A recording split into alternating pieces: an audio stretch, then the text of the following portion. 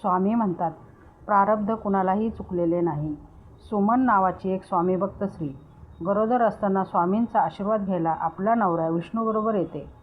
स्वामी म्हणतात, तुला संतती मिळेल, पण जे काही होणार ते सहन करायची तयारी ठेव.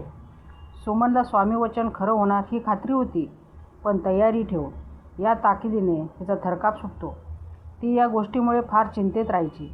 सुमनचा भाऊ शिवा जेव्हा स्वामी दर्शनाला येतो तेव्हा स्वामी त्याला धान्याची खाली पोतं देतात. शिवा त्याला स्वामीचा आशीर्वाद म्हणून घेतो. सुमन एकदा विहिरीतून पाणी आणताना चिंतेत असल्यामुळे घसरून पडते. वैद्यबुवा गर्भस्थ शिशूचं निधन झालं आहे असं निदान करतात आणि सुमन कधी आई होणार नाही असं पण सांगतात. हे ऐकून सुमन फार खचून जाते. इकडे शिवाच्या शेतात जोरदार पाऊस पडल्याने पीक खराब होते.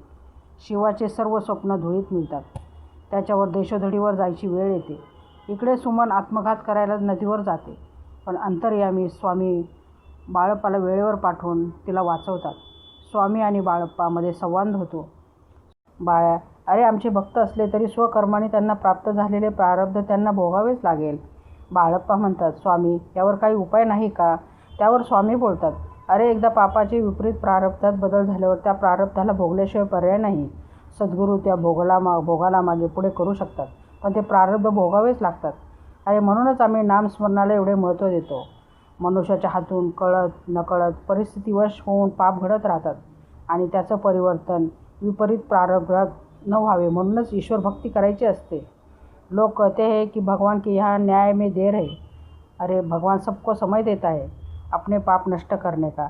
कंस, रावण, हिरण्यकश्यप सबको दिया, फिर भी वो नहीं माने. तब उनका संहार किया. बाळप्पा म्हणतात, स्वामी मग अशा विपरीत प्रारब्धात मनुष्याने काय करावे? स्वामी बोलतात, अरे जेव्हा सोसाट्याचे वारे सुटतं तेव्हा मनुष्य काय करतो? आपली पांघरलेली घोंगडी घट्ट धरतो. पण जेव्हा दुःखाचे वारे सुटते तेव्हाच ईश्वराची कास सोडतो.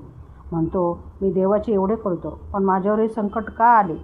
बाळ्या, पण तो हे विसरतो की देवाची जी भक्ती त्यांनी आत्तापर्यंत केली ती जर केली नसती तर आणखी भयान संकट आले असते. तिकडे शेत गेल्यामुळे शिवा पण खचलेला असतो.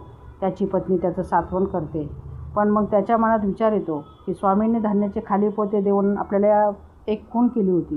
तो खंबीर होऊन उठतो आणि आपलं आयुष्य पुन्हा उभं करायला निघतो. स्वामी त्याला सांगतात की जसा तू खंबीर होऊन सावरला तसंच तुझ्या बहिणीला पण व्हायला हवे. तिला जाऊन काही बोध कर. पण तिथे सुमन वेड्यासारखी वागत असते आणि वेडेपणाच्या भरात ती गळफास लावायला जाते. पण योगायोगाने शिव आणि विष्णू तेथे येऊन तिला अडवतात. तितक्यात तिथे स्वामी तिथे प्रकट होतात. सुमन, मरण सोपं नसतं आणि मरण जीवाच्या हाती नसतं.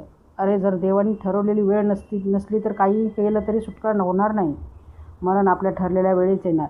अरे आपल्या सासू, नवरा आणि भावाचा विचार कर. तुझ्या ह्या पावलामुळे त्यांना काय वाटले असते?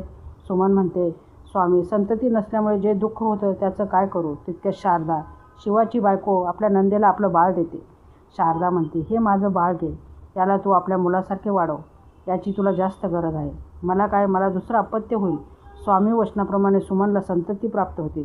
सुमन सावरते आणि आनंदाने पुढच्या आयुष्याची सुरुवात करते. तात्पर्य असे आहे की स्वामीवर विश्वास असणे महत्त्वाचे. प्रारब्ध हे भोगावेच लागते. स्वामी प्रारब्ध भोगाला पुढे मागे करू शकतात. भक्तिसेवा महत्त्वाची, नामस्मरण महत्त्वाचे. आपल्या भक्तीमुळे येणारे दुःख, संकटे जी जितक्या भयानक पद्धतीने येऊ शकतात ती येत नाहीत. आपण हे विसरता कामा नये.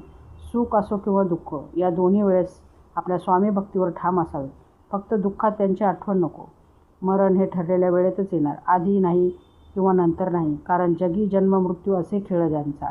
श्री स्वामी समर्थ. श्री स्वामी समर्थ.